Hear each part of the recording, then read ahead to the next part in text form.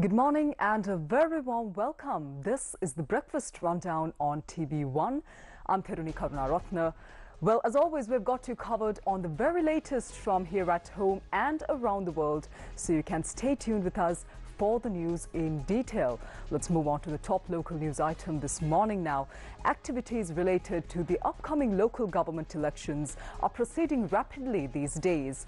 The National Election Commission will convene today to discuss these matters. The NEC said that the polling for the 3 Pradeshia Sabhas, for which nomination days were set yesterday, is currently planned to be held on the same day as polling for the other local government bodies. During today's Commission meeting, there will be extensive discussions on this as well as other election operational matters. The NEC also mentioned that postal voting procedures will be discussed at today's Commission meeting. The calling of nominations for the Mana, Punakari and Dehiyattakhande Pradeshia Sabha elections was scheduled yesterday from the 24th to the 27th of March until 12 noon. Now, this decision was made following the conclusion of legal proceedings related to the previous call for nominations for these Pradeshia Sabhas. Nominations for all other local government bodies except the Kalmune Municipal Council and the Alpite Pradeshia Sabha will be called from the 17th to the 20th of this month until 12 noon. Now, the People's Action for Free and Fair Elections, which we also call PAFRO, organization says that it will begin its election monitoring activities for the upcoming local government elections on the 17th of this month. Executive Director of PAFRO, Rohana Hettiarachchi, said that preliminary plans have been formulated through decisions with district coordinators. Rohana Hettiarachchi also mentioned that plans are in place to establish a complaints unit at the PAFRO head office. On to more local news now. The Department of Motor Traffic says that vehicle emission testing raids will begin today within the Colombo district in line with the Clean Sri Lanka program of the government.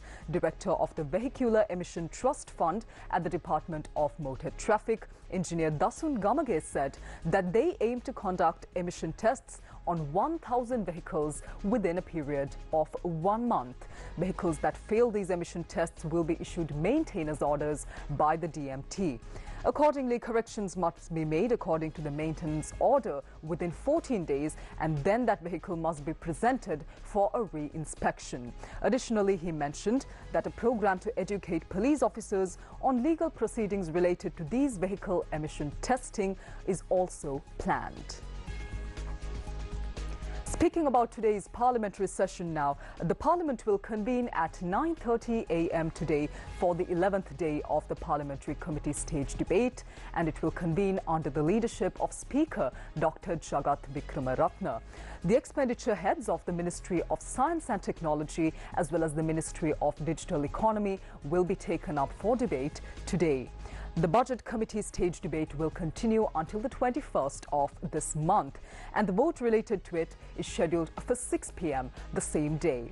Meanwhile, the Parliamentary Committee on Public Petitions will convene at 10:30 a.m. today, and the Parliamentary Committee on Public Finance is scheduled to convene at 2 p.m. The Parliamentary Caucus for Persons with Disabilities is also scheduled to be held at 3 p.m. today. Meanwhile, the Department of Examinations says that conducting tuition classes, lectures and seminars related to the upcoming GCE O-level examination will be prohibited from midnight today. The department also said that distributing leaflets related to the examination is also prohibited until the conclusion of the examination. The Department of Examinations announced that strict action will be taken against individuals who violate these orders. Now, the GCE Ordinary Level examination is scheduled to be held from the 17th to the 26th of March 2025. And finally, on to the weather news update this morning. The Met Department says that showers or thunder showers will occur at times in the northern, north central, eastern and Uba provinces and in the Mathale, Nuwara Eliya and Hambantota districts. Showers or thunder showers will occur at several places elsewhere during the afternoon or night. Fairly heavy showers above 75 millimeters can be expected at some places in the northern, eastern, western, Sabaragamuwa, northwestern and Uba provinces, as well as in the Gaul, Mathara, Mathale, Nuwara Eliya and Polonnaruwa districts. Fairly strong winds of 30 to 40 kilometers per hour can be expected at times in the northern, north central, eastern and northwestern provinces and in the Mathale, Nuwara Eliya, Monaragala and Hambantota districts. And as always, the general public is requested to take adequate precautions to minimize damages caused by temporary localized strong winds and lightning during thunder showers. Let's move on to news overseas now. America's top diplomat has said that he sees promise in Ukraine's proposal for a partial ceasefire to end the war with Russia ahead of talks in Saudi Arabia between the US and Ukrainian officials. US Secretary of State Marco Rubio said yesterday, and I quote, "I'm not saying that alone is enough, but it's the kind of concession you would need to see in order to end the conflict," unquote. Now, Kyiv is expected to propose an aerial and naval truce with Russia during negotiations on Tuesday, and this is according to information provided by a Ukrainian official to foreign media. Russia has previously rejected the idea of a temporary ceasefire, saying it was an attempt to buy time and prevent Ukraine's military collapse. Ukrainian President Volodymyr Zelensky landed in Saudi Arabia yesterday to meet Crown Prince Mohammed bin Salman, although he is not expected to play any formal role in the talks between his country and the United States. Now, in his video address late yesterday, Zelensky said he was hoping for a practical result at the talks, adding that Ukrainian position would be absolutely constructive. The Ukrainian team will be represented by Zelensky's head of office, Andriy Yermak, the country's national security advisor and several foreign and defense ministers as well. Rubio will represent the U.S. delegation alongside national security advisor Mike Waltz and U.S. Middle East envoy Steve Witkoff. On to more international news now. Fires are still burning on an oil tanker carrying jet fuel and a cargo ship carrying highly toxic chemicals that collided in the North Sea yesterday. HM Coast Guard said that one crew member is still unaccounted for and that this search has been called off. The collision involved the US-registered Stena Immaculate, which was transporting fuel on behalf of the US military, and a Portuguese-flagged Solong. Coast Guard Divisional Commander Matthew Atkinson said 36 people had been rescued, with one person taken to the hospital. He added that the missing crew member had been on board the Solong. One of the men who was on the oil tanker told foreign media that the Solong came out of the blue and collided with the Stena Immaculate at 16 knots. The crew scrambled to the life rafts, taking only what they had on them. Efforts to assess any environmental damage are still ongoing after it was confirmed that some jet fuel had leaked into the sea off the harbour estuary.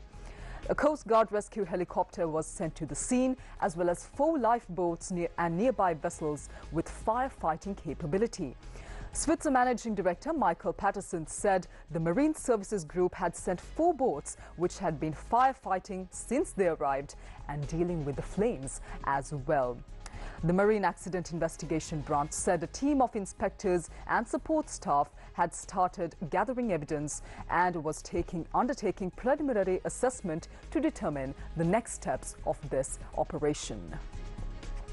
Well, let's move on to sports news for this morning now. It's cricket in sports. Sri Lanka has qualified for the semi-final round of the International Masters League T20 cricket tournament after defeating the England Masters team by 9 wickets in a match held in Raipur, India. Sri Lanka, having won the toss, chose to bowl first against England. England's batting innings saw their first wicket fall at 37 runs. Captain Eoin Morgan was dismissed for just 10 runs. The top scorer for England was Phil Mustard, who scored a half-century. Tim Bresnan scored 18 runs before being dismissed. In total, the England Masters team posted a score of 146 runs, losing 5 wickets in their 20 overs. Sri Lanka's chase began with openers Kumar Sangakkara and Romesh Kolavitharana. The pair put on a solid partnership of 108 runs for the first wicket. Kolavitharana scored 16 runs before being dismissed, while Sangakkara continued his dominant innings, finishing unbeaten on 106 of 47 balls, which included 1 6 and 19 fours. Therunee Karunaratne also remained not out, contributing 22 runs. Sri Lanka reached the target of 147 runs in just 12.5 overs, losing only 1 wicket in the process, securing a comfortable victory.